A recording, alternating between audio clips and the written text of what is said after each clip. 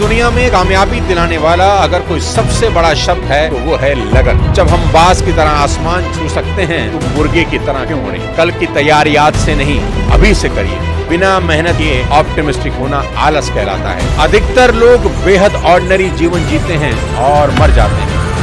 नमस्कार दोस्तों, मैं सोनू शर्मा। सफलता के सीक्रेट हम सिर्फ इंसानों से ही क्यों सीखें, पक्षियों और जानवरों से क्यों ना सीखें, जो हर दिन जिंदा रहने के लिए शिकार करने या शिकार होने से बचने के लिए जंगल में जूझते रहते हैं। जानवर कितने चतुर होते हैं, क्या हम यह समझने लायक चतुर हैं? और तो और जानवर इस धरती पर तब से हैं जब मानवता का कोई अस्तित्व भी नहीं था, और जब इस धरती से मानवता का अस्तित्व मिट जाएगा तब भी इस धरती पर शायद जानवर ही रहेंगे। आज के इस वीडियो में प्रकृति से पैदा हुए अनेकों पक्षियों और जानवरों में से 3 शानदार जीवों से सीखने की कोशिश करते हैं। सबसे पहले ऊंट। मैं हमेशा मजाक में कहता हूं कि ऊंटों और इंसानों के बीच सबसे बड़ा फर्क यह है कि ऊंट पूरे हफ्ते बिना पिए काम कर सकता है और इंसान पूरे हफ्ते बिना काम किए पी सकता है। हम सब ने यह सुना है कि ऊंट को रेगिस्तान का जहाज कहते हैं, पर क्या हमने कभी ये सोचने की कोशिश की कि क्यों आखिर ऊंट रेगिस्तान का जहाज है जबकि घोड़ा ऊंट से बहुत तेज दौड़ता है?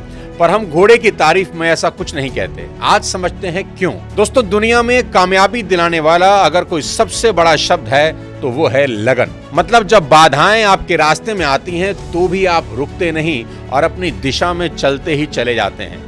और अगर आप सही मायने में लगन सीखना चाहते हैं तो रेगिस्तान में जाकर ऊंट को देख लें। दूर दूर तक फैला हुआ रेगिस्तान, चेहरे पर और आंखों पर पड़ते गर्म रेत के थपेड़े, पानी का नामो निशान नहीं। सुबह से शाम तक अंगारे की तरह तपती रेत पर 30-40 मील दूर चलना, और इससे भी बड़ी बात, अपनी पीठ पर 200 किलो का वजन लाद कर चलना, और सिर्फ एक दिन नहीं, भगवान न जाने कितने दिनों तक। ऊंट हमें याद दिलाता है कि अगर हम संकल्पवान हों तो कुछ भी असंभव नहीं है। इसलिए आपके जीवन में जब भी चुनौतियां आए, ऊंट को याद कर लें और याद रखें, ऊंट धीरे धीरे ही सही पर निरंतर लगातार आगे बढ़ते रहते हैं, एक बार में सिर्फ एक कदम। क्योंकि ऊंट अच्छे से जानते हैं कि वो 100 मीटर की फर्राटा नहीं दौड़ रहे बल्कि मैराथन दौड़ रहे हैं। इसलिए वे कभी जल्दबाजी या हड़बड़ी में नजर नहीं आते, नपी तुली चाल चलते हैं। उनके अंदर मुश्किल एनवायरनमेंट में खुद को ढाल लेने की योग्यता होती है। हमें भी ये याद रखना चाहिए कि जिंदगी 100 मीटर की दौड़ नहीं बल्कि मीलों लंबी मैराथन है। ऊंट हमें सिखाते हैं कि जीवन में कभी टेंशन नहीं लेना। अगर लोग आपसे आगे निकल जाएं तो भी नहीं, अभी काफी दौड़ बची है, और अगर आप ऊंट की तरह धीरे धीरे ही सही पर लगातार चलते रहें तो सबसे आगे निकल सकते हैं। साथियों, जीवन छोटा दिखता है लेकिन काफी लंबा होता है, इसलिए प्लानिंग हमेशा लॉन्ग टर्म के हिसाब से ही करें।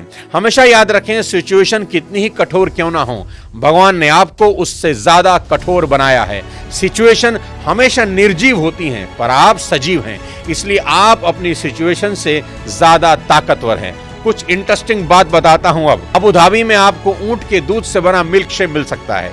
ऊंट के दूध में गाय के दूध से ज्यादा विटामिन सी और लोहा होता है। इसका इस्तेमाल कजाकिस्तान में टीबी के साथ कई बीमारियों के इलाज में भी किया जाता है। ऊंटों का इस्तेमाल युद्ध में किया जाता है क्योंकि उनके करीब आने से घोड़े डर जाते हैं, क्योंकि घोड़ों को ऊंट की गंध से डर लगता है। हमारी भारतीय सेना और बीएसएफ के जवान राजस्थान के रेगिस्तान इलाकों में पहरा देने के लिए आज भी ऊंटों का इस्तेमाल करते रहते हैं, यानी वो हमारी पहरेदारी भी कर रहे हैं। अब बात करते हैं कुदरत के बनाए सबसे अनोखे पक्षी बाज की। सबसे पहली चीज सीखें, यदि जीवन में आप बाज की तरह आसमान छूना चाहते हैं तो आपको मुर्गों का साथ छोड़ना होगा। एक शानदार कहानी से समझते हैं। मुर्गी पालने वाले को एक रोज बाज का एक अंडा मिला और उसने इसे मुर्गियों के दड़बे में रख दिया। समय बीतने पर बाज का बच्चा भी मुर्गी के बच्चों के साथ पलने लगा और खुद को इन्हीं की तरह मुर्गा समझने लगा। मुर्गे केवल कुछ ही दूर तक उड़ पाते हैं, इसलिए उस बाज ने भी कुछ ही दूर तक उड़ना सीख लिया। एक दिन उस बाज ने आसमान में एक बड़े पक्षी को उड़ता हुआ देखा। बड़ा इंप्रेस हुआ। उसने आसपास की मुर्गियों से पूछा, वह कौन है?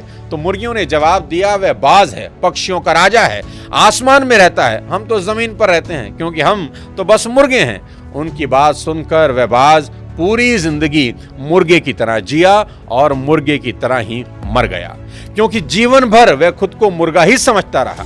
साथियों, ये कहानी बहुत ऑर्डिनरी है, लेकिन इसमें गहरी सीख है। अधिकतर लोग बेहद ऑर्डिनरी जीवन जीते हैं और मर जाते हैं। उन्हें एहसास ही नहीं होता कि उनके अंदर बाज के बच्चे की ही तरह कई योग्यताएं छिपी हैं, जिनको वो कभी इस्तेमाल ही नहीं करते। किसी ने खूब कहा है कि कब्रिस्तान संसार की सबसे अमीर जगह है, क्योंकि यहां आपको सभी आशाएं और सपने मिलेंगे जो कभी पूरे ही नहीं हुए। वो पुस्तकें मिलेंगी जो कभी लिखी ही नहीं गई। वो गीत मिलेंगे जो कभी गुनगुनाए ही नहीं गए।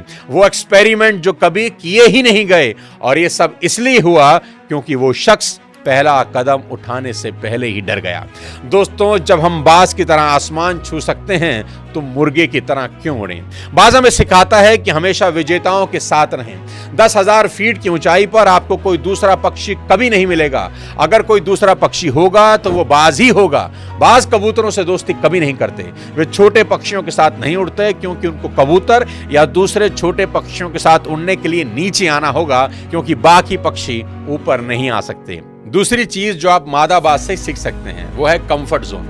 मादाबाज अपने बच्चों को कंफर्ट जोन से बाहर निकलने के लिए मजबूर करती है ताकि वो उड़ना सीख सकें। जब बाज के बच्चों का उड़ना सीखने का वक्त आता है तो वो माँ घोंसलों से पंखों और नरम घास की आरामदेह परतें हटा देती है ताकि कांटों और नुकीली टहनियों की चुभन से चूजे डिस्कम्फर्ट में आ जाएं और घोंसला छोड़कर उड़ने की कोशिश करें। अगर चूजे फिर भी घोंसला नहीं छोड़ते तो माँ उन्हें घोंसलों से नीचे गिरा देती है और ऐसा बार बार करती है ताकि वो उड़ना सीख जाएं। हर बार गिरने पर चूजे कूदकर घोंसले में लौट आते हैं, लेकिन कांटों और टहनियों से लहूलुहान हो जाते हैं। पर माँ तरस नहीं खाती, उन्हें फिर से धक्का देकर गिरा देती है। यह तकनीक बहुत क्रूर दिखाई देती है, लेकिन जरूरी है। अगर माँ ऐसा ना करे तो बच्चे कभी उड़ना नहीं सीख पाएंगे और दूसरे जानवर उन्हें अपना शिकार बना लेंगे। इसी कठोर ट्रेनिंग की वजह से चूजे एक दिन उड़ना सीख लेते हैं। बाज सिखाता है कि अगर ऊंचा उड़ना है तो इंसान को भी अपने कंफर्ट जोन से बाहर आना ही होगा।